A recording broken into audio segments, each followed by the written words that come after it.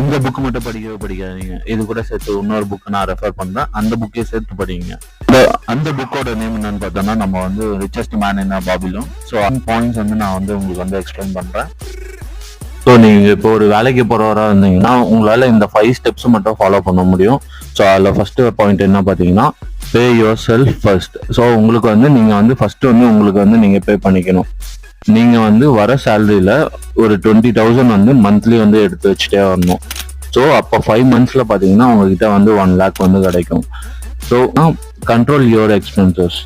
Third பாத்தீங்கன்னா, make your money work for you. So goals வந்து பாத்தீங்கன்னா அவாய்ட் டெப்ட். அப்புறம் 5th பாயிண்ட் என்ன பாத்தீங்கன்னா, invest in what you understand. So இப்போ வந்து எனக்கு வந்து ஸ்டாக்ஸ் தெரியுது, எனக்கு வந்து நான் கோல்டை பற்றி நல்லா தெரியும், ஒரு இதில் போய் ஒரு பிஸ்னஸோ அதில் போய் நம்ம வந்து இன்வெஸ்ட் பண்ணவே கூடாது.